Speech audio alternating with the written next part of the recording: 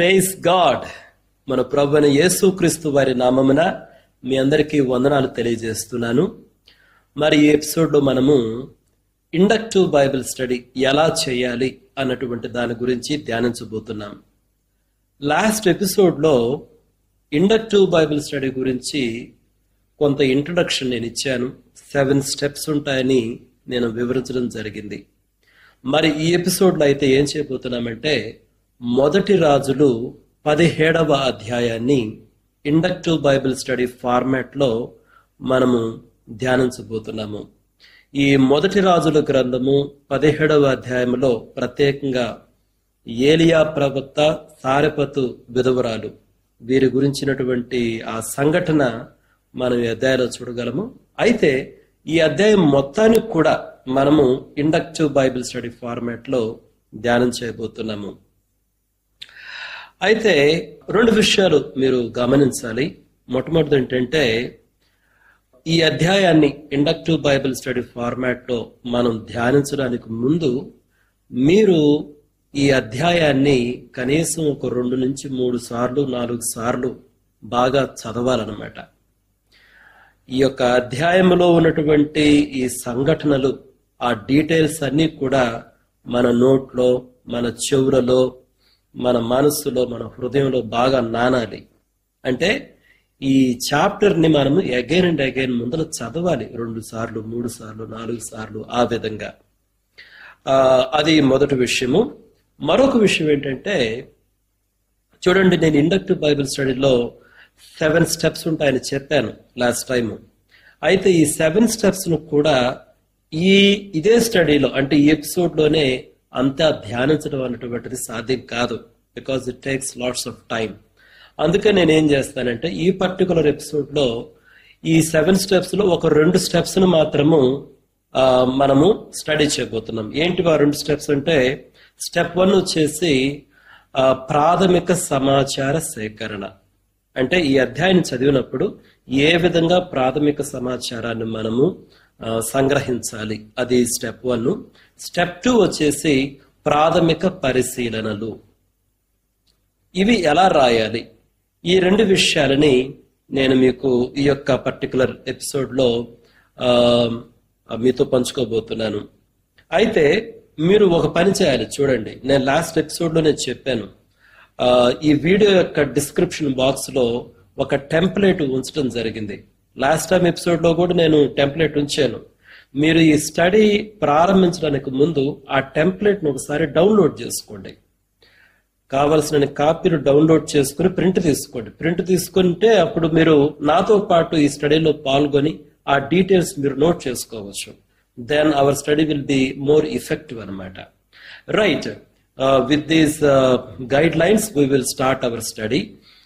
నేను ఇదివరకు చెప్పినట్టు రాజుల మొదటి గ్రంథము 17వ అధ్యాయము. ఈ అధ్యాయం మాత్రం మీరు కనీసం ఒక 2, 3, 4, 5 సార్లు చదవండి. రైట్, ఇప్పుడు ఈ స్టెప్ 1 ప్రాథమిక సమాచార సేకరణ, దీన్ని మనము చూద్దాం. మొదటి స్టెప్ వచ్చేసి ప్రాథమిక సమాచార సేకరణ. This is step 1, preliminary data gathering. అంటే ఈ అధ్యాయాన్ని చదివినప్పుడు మనం ఏ రకమైనటువంటి సమాచారాన్ని సేకరించాలి అన్నటువంటిది ఈ స్టెప్ లో మనము పరిశీలించబోతున్నాం. చూడండి, మొదటిది వచ్చేసి వ్యక్తులు, సమూహాలు, వారి స్థితిగతులు. అంటే ఈ రాజులు మొదటి గ్రంథం 17వ అధ్యాయాన్ని చదివినప్పుడు ఆ ప్యాసేజీలో, ఆ చాప్టర్ లో ఉన్నటువంటి వ్యక్తులు ఎవరు, లేదా సమూహాలు అంటే జనులు, గుంపులు, వారి స్థితిగతులు ఏంటివి, ఈ సమాచారాన్ని మనము మొట్టమొదట సేకరించాలి. చూడండి, ఈ చాప్టర్ లో, ఈ 17th చాప్టర్ లో, రాజుల మొదటి గ్రంథము 17th చాప్టర్ లో మనం ఎవరెవరిని చూడగలమంటే, మొట్టమొదటిగా ఇజ్రాయేలు దేవుడైన యెహోవా, ఆయన మనం చూడొచ్చు. అదే విధంగా ఏలియా ఎవరు? ఈయన ఒక ప్రవక్త, ఇజ్రాయేలు దేశస్థుడు. అదే విధంగా ఆహాబు ఇజ్రాయేలు రాజు అనమాట, ఈయన కూడా మనం చూస్తాము. తర్వాత ఒక విధవరాలు ఉన్నారు ఈ ప్యాసేజ్ లో. ఆవిడ బీదరాలు, సారెపతు గ్రామస్తురాలు. ఆవిడ ఈ సారెపతు అన్నటువంటిది సీదోను పట్టణానికి సంబంధించినటువంటి ఊరు. ఈ సమాచారాన్ని మనం చూడొచ్చు. అదే విధంగా ఈ విధవరాలి కుమారుడు అనమాట. రైట్. కాబట్టి ఈ వ్యక్తులను మనం ఈ ప్యాసేజ్ లో చూడొచ్చు. కాబట్టి ఎప్పుడైనా సరే ఒక ప్యాసేజ్ చదివినప్పుడు అందులో వ్యక్తులు ఎవరు, వారి స్థితిగతులు ఏంటి, వ్యక్తులు కాకపోతే సమూహాలు, జనులు ఎవరు, వారి స్థితిగతులు ఏంటి అన్నటువంటి ఆ సమాచారాన్ని మనం సేకరించాలి. This is step 1. మరి స్టెప్ 2 వచ్చేస్తే ఈ వ్యక్తుల యొక్క మనోభావాలు, భావోద్రేకాలు, వైఖరి అంటే యాటిట్యూడ్ అన్నమాట, లేదా లక్షణాలు, క్యారెక్టరిస్టిక్స్, దాన్ని కూడా మనం నోట్ చేయాలి. రైట్. ఇక్కడ మనం చూస్తే దేవుడైన యెహోవాను గురించి మనం చూసినట్లయితే ఆయన కొంచెం కోపంగా ఉన్నట్టు, ఒక తీర్పును ఇజ్రాయెల్ దేశంపైకి పంపిస్తున్నట్టు మనం చూడొచ్చు. మనము ఈ 17వ అధ్యాయం మొదటి వచనంలో చూడొచ్చు. కోపము అని ఎందుకు అంటున్నామంటే ఆయన ఇజ్రాయేలు దేశంపైకి ఒక తీర్పును పంపిస్తున్నాడు. రానున్నటువంటి సంవత్సరాలలో మంచైనను వర్షమైనను ఉండదు, అంటే కరువు కాలం రాబోతుంది. Because he's not happy with the people of Israel ప్రజలతో ఆయన సంతోషంగా లేడు. కాబట్టి ఆయన కోపంగా ఉన్నాడు వాస్తవంగా. కాబట్టి ఆయన తీర్పులో భాగంగా ఆయన కరువు పంపిస్తున్నాడు అన్నమాట. కాబట్టి మనము దేవుని గురించి రాయాలంటే ఆయన కోపంగా ఉన్నాడు, తన తీర్పును వారిపైకి పంపిస్తున్నాడు అన్నటువంటిది మనం గుర్తించవచ్చు. అదే విధంగా ఏలియా గురించి మనం గమనిస్తే ఒక దృఢ నిశ్చయంతో ఉన్నాడు. ఎలా చెప్పొచ్చు ఏలియా దృఢ నిశ్చయంతో ఉన్నాడని? చూడండి, మీరు ఆ మొదటి వచనంలోనే మీరు గమనిస్తే ఏలియా మాట్లాడినటువంటి ఆ విధానం చూడండి. నా మాట ప్రకారము గాక ఈ సంవత్సరాలలో మంచైనను వర్షమైనను రాదు అని ఆయన ప్రకటించడం జరిగింది. నా మాట ప్రకారము గాక, ఆ పదాన్ని గమనించండి. అంటే he's very confident and also he's very determined to proclaim the judgment of God. దేవుని తీర్పును వారి పైకి ప్రకటించడానికి ఒక దృఢ నిశ్చయంతో ఉన్నాడు. ఇంకొకటి చాలా కాన్ఫిడెంట్ గా ఉన్నాడు అనమాట. అందుకనే ఏలియా యొక్క వైఖరి ఎలా ఉందంటే ఆయన ఒక దృఢ నిశ్చయంతో ఉన్నాడు అని అక్కడ నోట్ చేయడం జరిగింది. ఆ తర్వాత ఏలియాని గాని ఈ ప్యాసేజ్ అంతట్లో మనం గమనిస్తే ఒక గొప్ప విశ్వాసాన్ని ఏలియా ప్రవక్తలు మనం చూడొచ్చు. అంత మాత్రమే కాదు కానీ గొప్ప వినయ స్వభావాన్ని కూడా ఏలియా ప్రవక్తలో మనం చూడొచ్చు. ఉదాహరణకు చూడండి, దేవుడు ఆహాబు రాజు దగ్గరికి వెళ్లి తీర్పును ప్రకటించమని చెప్పాడు. ఒక రాజు దగ్గరకు వెళ్లి ఈ రకంగా మాట్లాడడం, కరువు రాబోతుంది, God is going to punish your nation అని చెప్పడం అంత సులభమైనటువంటి విషయం కాదు. ఉదాహరణకి రాజుల గ్రంథంలోనే మనము రాజు అయినటువంటి ఆసా గురించి మీరు చూడండి. రాజు అయినటువంటి ఆసా గురించి చూసినప్పుడు హనాని అనేటువంటి ఒక ప్రవక్త వెళ్ళి రాజు అయినటువంటి ఆసాను గద్దిస్తాడు. గద్దించినప్పుడు ఆసా ఏం చేశాడు? హనాని అనేటువంటి ఆ ప్రవక్తని బందీ గృహంలో పెట్టడం జరిగింది, ప్రజలను బాధించడం కూడా జరిగింది. అంటే రాజులు ఎలా అయినా రెస్పాండ్ అవ్వచ్చు. Some times they can be very violent, కానీ ఈవెన్ కొన్నిసార్లు చంపచ్చు కూడా. కానీ ఏలియా ప్రవక్త దేవుని మాటను నమ్మి, దేవునికి వినయం చూపించి, విధేయత చూపించి, రాజుతో దేవుడు చెప్పినటువంటి మాటలు చెప్పడానికి భయపడలేదు. అంటే ఏలియా ప్రవక్తలో విశ్వాసం ఉంది, వినయం కూడా ఉంది. ఆ తర్వాత మనం చూసినట్లయితే దేవుడు ఏలియా ప్రవక్తని కెరీతు వాగు దగ్గరకు వెళ్లి అక్కడ దాక్కోమంటాడు. దేవుడు చెప్పినట్టు ఆయన వెళ్ళి అక్కడ దాక్కుంటాడు. ఆ తర్వాత కాకోలము ద్వారా ఆహారాన్ని పంపిస్తాను, తిను అంటాడు. ఏలియా ప్రవక్త తింటాడు. వాస్తవంగా కాకులు అన్నటువంటివి అపవిత్రమైనటువంటి పక్షులు, అంటే ఇజ్రాయెల్ ప్రజలకు. కానీ ఏలియా ప్రవక్త ఏం మారు మాట్లాడకుండా దేవుడు కాకోలము ద్వారా ఆహారాన్ని పంపించినప్పటికీ ఏలియా ప్రవక్త తిన్నాడు. ఆ వాగు నీళ్లు తాగి బ్రతికాడు. ఆ వాగు ఎండిపోతే దేవుడు చెప్తాడు, నువ్వు సీదోను పట్టణ సంబంధమైనటువంటి ఊరు సారెపత్ అనేటువంటి ఆ పట్టణానికి వెళ్ళు, అక్కడ ఒక విధవరాలతో నేను మాట్లాడాను, ఆవిడ నిన్ను పోషిస్తుందని చెప్తే ఈయన బయలుదేరి సీదోను పట్టణానికి వెళ్ళాడు.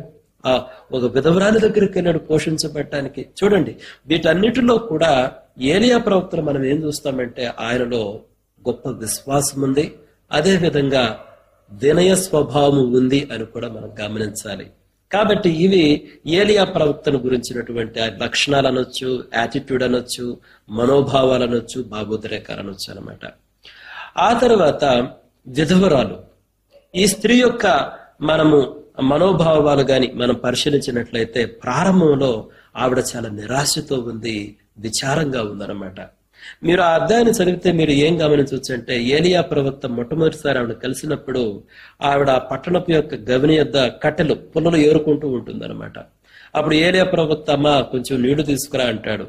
ఆవిడ నీళ్లు తీసుకురావడానికి పోతూ ఉంటే చెప్తాడు, అమ్మ అలానే వచ్చేటప్పుడు ఒక రొట్టె ముక్క కూడా పట్టుకొని రా అంటే ఆవిడేముంటుంది, అయ్యా నా దగ్గర ఏమీ లేవయ్యా, ఆ తొట్టిలో పట్టడి పిండి ఉంది, బుడ్డులో కొంచెం నూనె ఉంది, నీకు తీసుకురావడానికి నా దగ్గర అప్పమేమీ లేదు.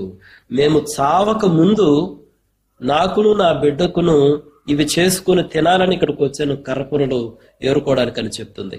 అంటే నేను చావక ముందు ఆ పదాన్ని గమనించండి. అంటే షీఈస్ ప్రిపేర్ టు డై, ఎటు తిరిగి మేము చనిపోబోతున్నాము అన్నటువంటి ఆ యొక్క నిరాశలో, విచారంలో ఆవిడ ఉందన్నమాట. అందుకనే ఈ విధవరాల గురించి నిరాశ లేదా విచారము అన్నటువంటిది అక్కడ రాయడం జరిగింది.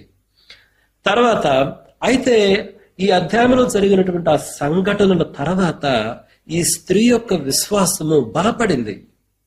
ఉదాహరణకి ఏలియా ప్రవక్త చెప్పినట్టే ఆ తొట్టిలో ఉన్నటువంటి ఆ పట్టెడు పిండి అయిపోలేదు, గుడ్డిలో ఉన్నటువంటి ఆ కొంచెం నూనె అయిపోలేదు. డెఫినెట్లీ ఈ స్త్రీ ఆ జరిగినటువంటి ఆ కార్యం చూసి తప్పకుండా విశ్వాసంలో బలపడింది. అంత మాత్రమే కాదు గాని ఆవిడ కుమారుడు చనిపోయినప్పుడు ఏలియా ప్రవక్త ప్రార్థించి తిరిగి లేపుతాడు. అప్పుడు ఆ స్త్రీ ఏముంటుంది, నీవు దైవజనుడు అనియు నీ నోట ఉన్నటువంటి మాట దేవుని మాట అనేది సత్యమని నేను నమ్ముతున్నానని సాక్ష్యం ఇచ్చింది. కాబట్టి ఈ స్త్రీ గురించి మనం పరిశీలించినప్పుడు ఆవిడ విశ్వాసములో స్థిరపడినట్టుగా మనం పరిశీలించవచ్చు. రైట్. ఆ తర్వాత విధవరాలి కుమారుడు గురించి పరిశీలిస్తే స్టార్టింగ్ లో అనారోగ్యంగా ఉన్నాడు, అతను భౌతికంగా అనారోగ్యంగా ఉన్నాడు. ఆ తర్వాత అతను బ్రతికించబడ్డాడు. అందుకని నేను ఇక్కడ ఏమని రాశానంటే పునరుద్ధరించబడ్డాడు అని రాశాను. కాబట్టి ఒక ప్యాసేజ్ చదివినప్పుడు ఆ ప్యాసేజ్ లో ఉన్నటువంటి వ్యక్తులను గుర్తించిన తర్వాత ఆ వ్యక్తుల యొక్క మనోభావాలు ఎలా ఉన్నాయి అన్నటువంటిది కూడా మనం పరిశీలించాలన్నమాట. వారు హ్యాపీగా ఉన్నారా, సంతోషంగా ఉన్నారా, దుఃఖంగా ఉన్నారా, గర్వంగా ఉన్నారా, లేకపోతే విశ్వాసంతో ఉన్నారా, అవిశ్వాసంతో ఉన్నారా, ఈ రకమైనటువంటి సమాచారాన్ని ఆ వ్యక్తులను మనం పరిశీలించాలి ప్రియమైన మిత్రులారా. అయితే ఇక్కడ ఆహాబు గురించి నేనేమి రాయలేదు, మీరు గమనించారా? ఎందుకు రాయలేదంటే ఆహాబు గురించినటువంటి సమాచారం లేదు. అతని గురించి ఏమైనా అతని మనోభావాలు గుర్తిద్దామంటే అతని గురించిన పెద్ద సమాచారం లేదు. కాబట్టి ఆహాబు గురించి నేనేమి కూడా ఇక్కడ రాయలేదు. రైట్.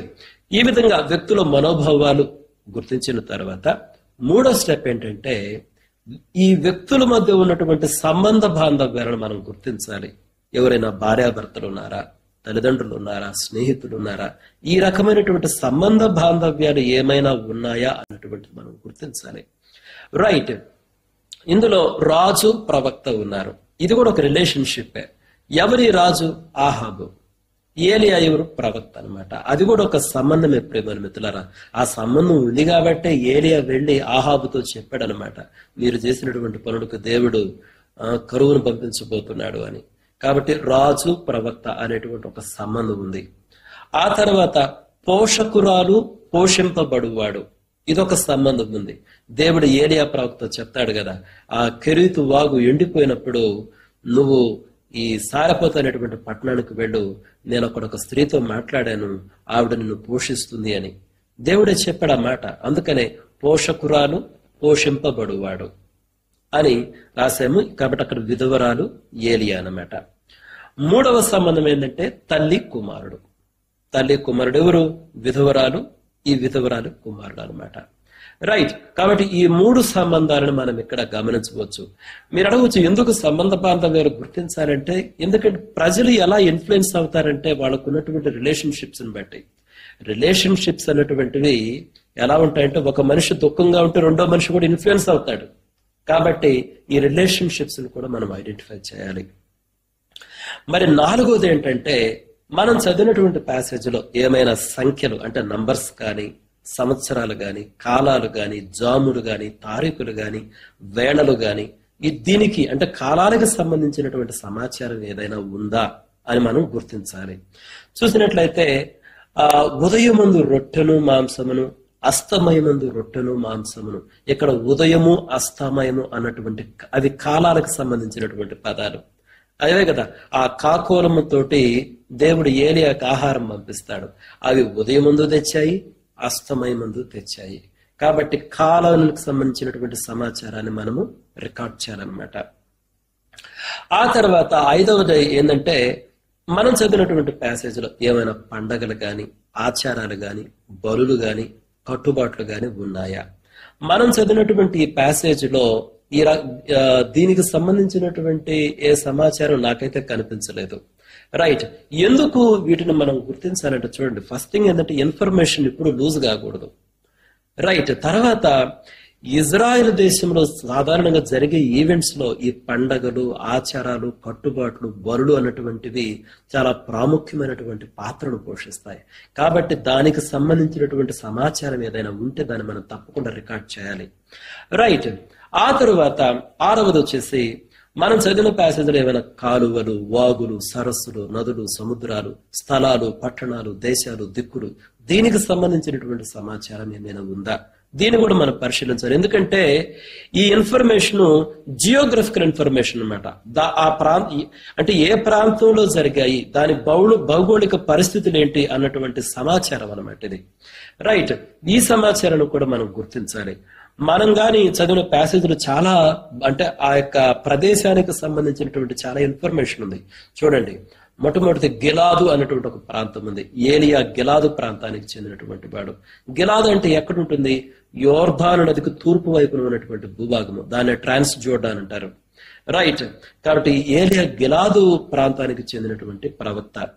ఆ తర్వాత ఆ ప్రాంతంలోని కెరీతు అనేటువంటి ఒక వాగ్ కూడా ఉంది. కెరీతు వాగ్ కూడా యోర్దాను నదికి తూర్పు దిక్కున ఉందన్నమాట. తర్వాత యోర్దాను అనేటువంటి ఆ పేరు కూడా ఉంది. యోర్దానుకు తూర్పు దిక్కున కెరీతు వాగు దగ్గర నువ్వు వెళ్లి దాక్కు అని దేవుడు చెప్తాడు. రైట్, అక్కడ ఒక దిక్కు కూడా ఉంది తూర్పు వైపున. అంటే ఈ సమాచారం ఏమిస్తుంది అంటే జియోగ్రఫికల్ ఇన్ఫర్మేషన్ ఇస్తుంది అనమాట. వీటితో పాటు సీదోను పట్టణం గురించి కూడా ఉంది. ఆ సారెపతు విధవరాల గురించినటువంటి ఆ యొక్క సందర్భంలో దేవుడు చెప్తాడు, సీదోను పట్టణ సంబంధమైనటువంటి ఊరైనటువంటి సారెపతు అని. అదేవిధంగా సారెపతు అనేటువంటి ఊరుంది. తర్వాత పట్టణపు గవిని అనేటువంటి ఒక స్థలం ఉంది. ఈ పదం ఎక్కడ ఉపయోగించారు? ఏలియా మొట్టమొదటిగా ఆ సారెపతు అనేటువంటి ఆ పట్టణంలోకి ఎంటర్ అయినప్పుడు ఆ గవిని యొద్దే ఈ స్త్రీ కట్టెపులను ఏరుకుంటా ఉందన్నమాట. కాబట్టి ఆ సందర్భంలో ఆ పదం ఉందన్నమాట. దాన్ని కూడా మనం గుర్తించాలి. ఆ తర్వాత ఇల్లు అన్నటువంటి ఒక పదం కూడా ఉంది. ఈ స్త్రీ తాను ఉంటున్నటువంటి ఇంటికి ఆవిడ యజమానురాలన్నమాట. అది కూడా 17వ వచనంలో ఉంది. కాబట్టి ఇల్లు అన్నటువంటి అది కూడా ఒక స్థలం కాబట్టి దాన్ని రికార్డ్ చేశాం. అదేవిధంగా పై అంతస్తు గది అంటే ఈ స్త్రీ యొక్క ఇంటికి ఒక పై అంతస్తు గది ఉంది. అక్కడ ఏలియా ఉంటున్నాడు. ఆ పిల్లవాడు చనిపోయినప్పుడు ఏలియా ఆ పిల్లవాడిని తీసుకుని ఆ పై అంతస్తు గదికి వెళ్ళాడు అనమాట. కాబట్టి ప్రియమైన మిత్రులారా, ఈ రకంగా ఆ ప్యాసేజీలో ఉన్నటువంటి ఆ స్థలాలు గాని, దేశాలు గాని, దిక్కులు గాని, ప్రాంతాలు గాని, నదులు గాని, సముద్రాలు గాని, ఆ జియోగ్రఫికల్ ఇన్ఫర్మేషన్ కంప్లీట్ గా మనం సేకరించాలన్నమాట. సో దిస్ ఈజ్ స్టెప్ 6 అనమాట. ఆ తర్వాత చూస్తే 7వది వచ్చేసి, మనం చదివిన ప్యాసేజ్లో ఏమైనా జంతువులు గాని, పక్షులు గాని, చెట్లు గాని, ఫలాలు గాని, పొలాలు గాని, ధాన్యాలు గాని, ఆహార పదార్థాలు గాని, ఇటువంటి సమాచారం ఏమైనా ఉంది. ఉదాహరణకి కాకోలములు అన్నటువంటి పేరుంది. దేవుడు కాకోలముల ద్వారానే ఏలియాకు ఆహారాన్ని పంపించాడు. ఆ తర్వాత మీరు చూస్తే రొట్టె మాంసము, ఇది కూడా ఆహార పదార్థం కదా. రొట్టె మాంసం అనేది ఈ కాకులు ఉదయాన రొట్టె మాంసాన్ని, అదేవిధంగా అస్తమయ సమయంలో కూడా రొట్టెను మాంసాన్ని ఏలియాకు తీసుకురావడం జరిగింది. ఆ తర్వాత నీళ్లు కూడా ఆహార పదార్థానికి సంబంధించినటువంటిది. ఏలియా ప్రవక్త ఆ స్త్రీ కనిపించేప్పుడు అడుగుతాడు, అమ్మ ఒక పాత్రలో కొంచెం నీళ్లు తీసుకురా అని. కాబట్టి నీళ్లు అన్నటువంటి పదం ఉంది. తర్వాత రొట్టె ముక్క, ఏలియా అడుగుతాడమ్మ ఒక రొట్టె ముక్క తీసుకురా అంటాడు. ఆ తర్వాత చూస్తే పట్టెడు పిండి, ఆ తర్వాత కొంచెం నూనె. ఆ స్త్రీ ఏలియా అడిగినప్పుడు ఏలియాకి రెస్పాన్స్ గా ఆ స్త్రీ అంటుంది, అయ్యా నా దగ్గర ఏమీ లేదు నాయన, నా దగ్గర తొట్టులో పట్టెడు పిండి ఉంది, బుడ్డులో కొంచెం నూనె ఉంది అని చెప్తుంది. ఇవి కూడా ఆహార పదార్థాలకి సంబంధించినటువంటి పదాలు అన్నమాట. రైట్, ఆ తర్వాత అప్పము అనేటువంటి పదం కూడా ఉంటుంది. 12వ వచనంలో ఉంది చూడండి. ఏలియా అడిగినప్పుడు, అమ్మా నువ్వు మంచినీళ్ళు తెచ్చేటప్పుడు, ఆ నీళ్లు తెచ్చేటప్పుడు ఒక రొట్టె ముక్క కూడా తీసుకురా అంటే, అప్పుడు ఆ స్త్రీ అంటుంది అనమాట, అయ్యా నా దగ్గర అప్పమేమి లేదయ్యా అని చెప్తుంది అనమాట. రైట్. ఈ విధంగా ఈ యొక్క ప్యాసేజ్ లో మనం చదివినటువంటి ప్యాసేజ్ లో ఉన్నటువంటి కంప్లీట్ ఇన్ఫర్మేషన్, జంతువులు, పక్షులు, చెట్లు, ఫలాలు, పొలాలు, ధాన్యాలు, ఆహార పదార్థాలు, ఆ సమాచారాన్ని సేకరించాలి. ఆ తర్వాత చూసినట్లయితే మనం చదివిన ప్యాసేజ్ లో ఏమైనా వస్తువులు గాని వాహనాలు గాని ఉన్నాయా అన్నటువంటిది కూడా మనం పరిశీలించాలి. ఉన్నాయి. కట్టెలు అన్నటువంటి ఆ పదం ఉంది. ఆ ఏలియా ఆ స్త్రీని కలిసినప్పుడు ఆవిడ ఆ పట్టణపు గవిని యొక్క కట్టెలు ఏరుకుంటా ఉందన్నమాట. అదేవిధంగా పాత్ర, అప్పుడు ఏలి అడుగుతాడు కదా, అమ్మ పాత్రలో కొంచెం నీళ్లు ఇయ్యమ్మ అని అడుగుతాడు, అది పాత్ర. ఆ తర్వాత తొట్టి, అతడు బుడ్డి, ఇవి కూడా వస్తువులే కదా. ఆ స్త్రీ ఇచ్చిన రెస్పాన్స్ లో ఉన్నటువంటి మాటలు అనమాట. అయ్యా నా దగ్గర తొట్టిలో పట్టెడు పిండి ఉంది, బుడ్డిలో కొంచెం నూనె ఉంది, అదనమాట. ఆ తర్వాత పుల్లలు అన్నటువంటి పదం కూడా ఆ స్త్రీ ఏలియాకి ఇచ్చినటువంటి రెస్పాన్స్ లో ఉంటుంది. చూడండి, మీరు గమనించారా, ఏదైనా ఒక పదాన్ని మనం ఇక్కడ రికార్డ్ చేసినప్పుడు, ఇక్కడ నోట్ చేసినప్పుడు, ఆ పదానికి వెనక ఒక స్టోరీ ఉంది. మీరు గమనించారా, నేను ఇస్తున్నటువంటి వివరణలో ఏదైనా ఒక పదం చెప్తే ఆ పదానికి సంబంధించిన స్టోరీ అంతా చెప్తున్నా. అంటే మనం చదివిన ప్యాసేజ్ లో ప్రతి పదాన్ని మనం రాసినప్పుడు ఏమవుతుందంటే, కంప్లీట్ గా ఆ పదం ఏ సందర్భంలో వచ్చింది, దాని స్టోరీ ఏంటనేటువంటిది మనకు అర్థమవుతుంది. రైట్.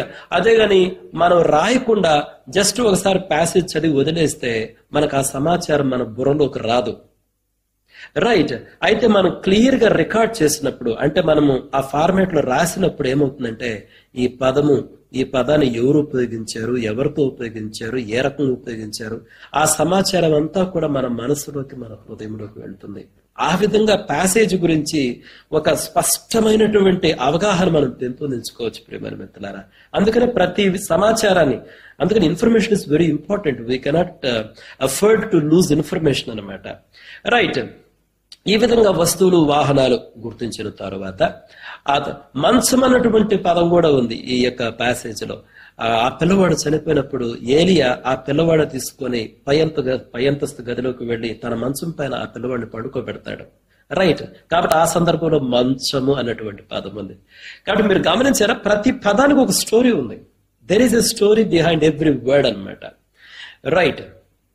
ఆ తర్వాత మనం చదివినటువంటి ప్యాసేజ్ లో కళలు గాని, దర్శనాలు గాని, సూచనలు గాని, అలంకారాలు గాని, ఉపమానాలు గాని ఏమైనా ఉన్నాయా అన్నటువంటిది మనము రికార్డ్ చేయాలి. ఈ ప్యాసేజ్లో అయితే దీనికి సంబంధించినటువంటి ఇన్ఫర్మేషన్ ఏం లేదండి. ఆ తర్వాత చూస్తే ప్రత్యేకమైనటువంటి పదాలు ఏమైనా ఉన్నాయా మనం చదివినటువంటి ప్యాసేజ్ లో. నాకైతే ఒక పదం కొంచెం ప్రత్యేకంగా అనిపించింది. అదేంటంటే తిష్బీయుడు. ఏలియా గురించి తిష్బీయుడైన ఏలియా అని చెప్పబడింది అనమాట. తిష్బీయుడు అంటే ఏంటంటే, నేను ఇక్కడ రాశాను చూడండి, ఏలియా యోర్దాను నదికి తూర్పును ఉన్న గిలాదు ప్రాంతంలోని తిష్బే అనే చిన్న గ్రామం లేదా పట్టణం నుండి వచ్చాడు కాబట్టి అతన్ని తిష్బీయుడు అని పిలవడం జరిగింది. మేబీ సో తిష్బీయుడు అనేటువంటిది ఏంటంటే, అతను ఉన్నటువంటి ఆ ఏరియాను బట్టి అతనికి ఆ పేరు వచ్చింది. ఆ పదం ప్రత్యేకమైన పదం కాబట్టి దాన్ని రికార్డ్ చేశాం. కాబట్టి మిత్రులారా, మీరు ఒక ప్యాసేజ్ చదివినప్పుడు ప్రత్యేకమైనటువంటి పదాలు గాని, టైటిల్స్ గాని ఏమైనా ఉంటే వాటిని కూడా రికార్డ్ చేయండి. రైట్. ఆ తర్వాత 11ది ఏంటంటే, సూచించబడిన ఇతర పుస్తకాలు ఏమైనా ఉన్నాయా. అంటే మనం చదివినటువంటి ప్యాసేజ్ లో ఆ ప్యాసేజ్ రెఫర్ చేస్తున్నటువంటి వేరే పుస్తకాలు ఏమైనా ఉన్నాయా అన్నటువంటిది మనం రికార్డ్ చేయాలి. కొన్ని ప్యాసేజెస్ లో ఉంటాయి, కొంతమంది ఆథర్స్ వాళ్ళు రాసేటప్పుడు వాళ్ళు వేరే పుస్తకం గురించి చెప్తారనమాట. ఉదాహరణకి దీనిని గురించినటువంటి సమాచారము యూదా ఇజ్రాయేలు రాజుల గ్రంథంలో ఉంది అని, ఈ రకంగా వేరే పుస్తకాలను వాళ్ళు రెఫర్ చేస్తుంటారు. అవి హైపర్ లింక్స్ అనమాట. కాబట్టి అటువంటి ఇతర పుస్తకాలను గురించినటువంటి ఆ సమాచారం ఏమైనా ఉందా అన్నటువంటిది మనం రికార్డ్ చేయాలి. అయితే మనం చదివినటువంటి ప్యాసేజ్ లో ఏ రకమైనటువంటి ఇతర పుస్తకాలని వాళ్ళు కోట్ చేయలేదు. రైట్. ఆ తర్వాత ఆఖరిది ఏంటంటే, దీంట్లో ఏవైనా ఇంకా ఇతర విషయాలు ఉన్నాయా అంటే, ఇప్పటి వరకు మనం రికార్డ్ చేసినవి కాకుండా ఇంకా చాలా సమాచారం ఉండొచ్చు. అంటే మీకు కొన్ని విషయాలు ప్రత్యేకంగా అనిపించి ఉండవచ్చు, వాటిని కూడా రికార్డ్ చేసుకుంటే మంచిది. నాకైతే కొన్ని విషయాలు ఈ ప్యాసేజ్ని చదివినప్పుడు కొన్ని వాక్యాలు గాని కొన్ని ఫ్రేజెస్ గాని అది కొంచెం ప్రత్యేకంగా అనిపించాయి అనమాట. అందుకని నేనేం రాసిన చూడండి. మొట్టమొదటిది, ఇజ్రాయేలు దేవుడైన ఆ యెహోవా జీవము తోడు నా మాట ప్రకారము గాక ఈ సంవత్సరములలో మంచైనను వర్షమైనను పడదని ప్రకటించాను. అది ఒక ప్రవచనం అన్నమాట. చాలా డిటర్మిన్డ్ గా కాన్ఫిడెంట్ గా ఏలియా చెప్తున్నాడు, పౌరుషంతో చెప్తున్నాడు, కొంచెం కోపంతో చెప్తున్నాడు అనమాట. దేవుని తీర్పును ప్రకటిస్తున్నాడు. అదొక ప్రత్యేకమైన స్టేట్మెంట్, అందుకని నేను దాన్ని రికార్డ్ చేశాను. తర్వాత విధవరాలి కుమారుడు మరణించెను. అది కూడా it was a big test for ఏలియాకి అదొక పెద్ద టెస్ట్ అనమాట. రైట్, అది అందుకని నేను దాన్ని అక్కడ నోట్ చేశాను. ఆ తర్వాత తొచ్చిలో పట్టెడు పిండియు గుడ్డులో కొంచెం నూనె, ఇదొక ఫ్రేజ్ అనమాట. ఆ ఫ్రేజ్ అలానే ఉపయోగిస్తే చాలా బాగుంటుంది. తొట్టిలో పట్టెడు పిండి గుడ్డులో కొంచెం నూనె, అదొక ఫ్రేజ్. ఆ తర్వాత ఆ తొట్టిలో ఉన్న పిండి తక్కువ కాలేదు, గుడ్డులో నూనె అయిపోదు. ఇది ఏలియా చెప్పినటువంటి మాట అనమాట. అది కూడా ఒక మంచి రైమింగ్ ఉన్నటువంటి ఫ్రేజ్ అనమాట. నాకు ఈ 4 విషయాలు కొంచెం ప్రత్యేకంగా అనిపించాయి, ఆ ఫ్రేజెస్, అందుకని నేను వాటిని రాశాను. చూడండి, మీకు వేరే విషయాలు కొంచెం ప్రత్యేకంగా అనిపించవచ్చు. మీ హృదయానికి మీ మనసుకు కొన్ని విషయాలు డిఫరెంట్ గా తాకి ఉండొచ్చు, అటువంటిని ఇక్కడ రికార్డ్ చేయండి. రైట్, ఈ విధంగా ప్రియమైన మిత్రులారా ప్రాథమిక సమాచారాన్ని మనం సేకరించాలి. నేను ఇదివరకే లాస్ట్ ఎపిసోడ్ లో చెప్పాను, ప్రాథమిక సమాచారం అంటే ఒక పేషెంట్ ఒక డాక్టర్ దగ్గరికి వెళ్ళినప్పుడు మొట్టమొదటి పేషెంట్ డాక్టర్ గారికి కొంత సమాచారం ఇస్తాడు. నా పేరు ఇదయ్యా, మాది పలానా ఊరు, నేను పలానా ఉద్యోగం చేస్తున్నాను, లేదా పలానా జాబ్ చేస్తున్నాను, పని చేసుకుంటూ ఉంటాను, నాకు ఈ సమస్యలు ఉన్నాయని చెప్పి పేషెంట్ చెప్తాడు డాక్టర్కి. కాబట్టి డాక్టర్ గారు పేషెంట్ చెప్పేటువంటి సమాచారాన్ని సేకరించాలి. ఇదే ప్రాథమిక సమాచార సేకరణ. మనం ఒక ప్యాసేజ్ చదివినప్పుడు ఆ ప్యాసేజే ఒక పేషెంట్, ఆ ప్యాసేజ్ మనకు చాలా ఇన్ఫర్మేషన్ ఇస్తుంది. ఇన్ఫర్మేషన్ ఎప్పుడు కూడా లూజ్ కాకూడదు. అందుకని ప్రతి విషయాన్ని రికార్డ్ చేసుకోవాలి. ఎందుకంటే ప్రతి పదానికి ఒక స్టోరీ ఉంది ప్రియమైన మిత్రులారా. We cannot afford to lose any information. ఏ సమాచారాన్ని కూడా మనం కోల్పోకూడదు. చూడండి, బైబిల్ గ్రంథకర్తలు పదాలు ఉపయోగించినప్పుడు వాళ్ళు ఇంటెన్షనల్ గా చాలా పదాలు ఉపయోగించారు. ప్రతి పదానికి ఒక స్టోరీ ఉంది, చాలా లింక్స్ ఉంటాయి, హైపర్ లింక్స్ అంటే కనెక్షన్స్ ఉంటాయి. ప్రతి పదము వేరే పదాలతో కనెక్షన్ ఉంటుంది. కాబట్టి ఏ సమాచారానికి కూడా మనం పోనివ్వకూడదు ప్రియమైన మిత్రులారా. అందుకనే ప్రతి పాయింట్ మనం రాస్తున్నాం. కాబట్టి పేషెంట్ డాక్టర్ గారికి ప్రాథమిక సమాచారం ఇచ్చిన తర్వాత రెండో స్టెప్ ఏంటంటే, డాక్టర్ గారు పేషెంట్ ను పరిశీలిస్తాడు. ఆయన కన్ను చూస్తాడు, నాలుగు చూయించంటాడు, పల్స్ చూస్తాడు, హార్ట్ బీట్ చూస్తాడు. ఈ రకంగా డాక్టర్ గారు కొన్ని ప్రాథమిక పరిశీలన చేస్తాడు కదా. అదే విధంగా స్టెప్ 2లో ఏంటంటే, మనము ప్యాసేజ్ చదివిన తర్వాత మనం ఏం పరిశీలిస్తున్నాం ప్యాసేజ్ లో అన్నటువంటి రికార్డ్ చేయాలి. ఇవి చాలా సింపుల్ అబ్జర్వేషన్స్ అండి. అంటే ప్యాసేజ్ లో కనిపించే విషయాలు ఇవి. ప్యాసేజ్ లో మనకి ఏం కనిపిస్తున్నాయి అన్నటువంటివి ప్రాథమిక పరిశీలనలుగా మనం రికార్డ్ చేయాలి. Now let's go to step 2. అయ్యో, ఇక్కడ ఇంకొకటి మనం గమనించలేదు. ఇది కూడా ఒక ఇంపార్టెంట్ అబ్జర్వేషన్. నీవు దైవజనుడువై ఉన్నావనయు, నీవు పలుకుచున్న యెహోవా మాట నిజమనయు, ఇందుచేత నేనెరుగుదునెను. చూడండి, ఈ స్త్రీ ఇస్తున్నటువంటి సాక్ష్యం అన్నమాట. ఇది కూడా ఒక ప్రత్యేకమైన విషయం కాబట్టి దీన్ని కూడా నేను రికార్డ్ చేశాను. రైట్, ఇప్పుడు మనం స్టెప్ 2లోకి వెళ్దాం. స్టెప్ 2 వచ్చేసి ప్రాథమిక పరిశీలనలు, ప్రిలిమినరీ అబ్జర్వేషన్స్ అనమాట. ఏంటి ఇవి ప్రిలిమినరీ అబ్జర్వేషన్స్? చూడండి, ఇవి చాలా సింపుల్ అబ్జర్వేషన్స్. ఫస్ట్ ప్యాసేజ్ చదివాను, అంటే పేషెంట్ డాక్టర్ గారికి ఇన్ఫర్మేషన్ ఇచ్చాడు. ఇప్పుడు డాక్టర్ గారు పరిశీలిస్తున్నారు. డాక్టర్ గారు ఆయనేం చూస్తున్నాడు దాన్ని రాస్తాడు అనమాట. కాబట్టి మనం కూడా ప్యాసేజ్ చదివినప్పుడు మనమేం చూస్తున్నాం, మన దృక్పథంలో, మన పర్స్పెక్టివ్ లో మనం ఏం చూస్తున్నాం, వాటిని రికార్డ్ చేయాలన్నమాట. రైట్, చూడండి, ఈ సంఘటన ఇజ్రాయేలు దేశంలో జరిగింది. అది మొదటి పరిశీలన. రెండవది, ఇది రాజైన ఆహాబు ఇజ్రాయేలును పరిపాలిస్తున్న కాలంలో జరిగింది. తరువాత ఏలియా ఒక ప్రవక్త, ఇతడు తిష్బీయుడు, గిలాదు కాపురస్తుల సంబంధికుడు. తర్వాత నాలుగవది, ఇజ్రాయేలులో కరువు రాబోతున్నదని ఏలియా ముందుగానే ప్రకటించాడు. ఐదవది, దేవుడు ఏలియాను కెరీతు వాగు దగ్గర దాగి ఉండమన్నాడు. 6వది, దేవుడు కాకోలము ద్వారా ఏలియాను పోషించాడు. 7, కాకోలము ఉదయమందు రొట్టెను మాంసమును అస్తమయమందు రొట్టెను మాంసమును ఏలియా యొద్దకు తీసుకుని వచ్చుచుండెను. 8వది, కెరీతు వాగు ఎండిపోయినప్పుడు దేవుడు ఏలియాను పోషించుటకు సారెపతునందున్న ఒక విధవరాలి దగ్గరకు పంపాడు. 9వ అబ్జర్వేషన్, కరువు కాలమందంతటను దేవుడు ఏలియాను విధవరాలిని అద్భుత రీతిగా పోషించాడు. 10వ అబ్జర్వేషన్, కరువు కాలమంతటా విధవరాలి తొట్టిలోని పిండి తక్కువ కాలేదు, బుడ్డిలోని నూనె అయిపోలేదు. 11వ అబ్జర్వేషన్, విధవరాలి కుమారుడు వ్యాధిగ్రస్తుడై మరణించగా ఏలియా ప్రార్థించగా దేవుడు ఆ పిల్లవాడిని మరలా బ్రతికించెను. 12వ అబ్జర్వేషన్, ఆ పిల్లవాడిని బ్రతికించగా ఏలియా దైవజనుడనియు ఆయన పలుకుచున్న యెహోవా మాట నిజమనియు ఇందుచేత నేనెరుగుదును అని ఆ విధవరాలు సాక్ష్యమిచ్చెను.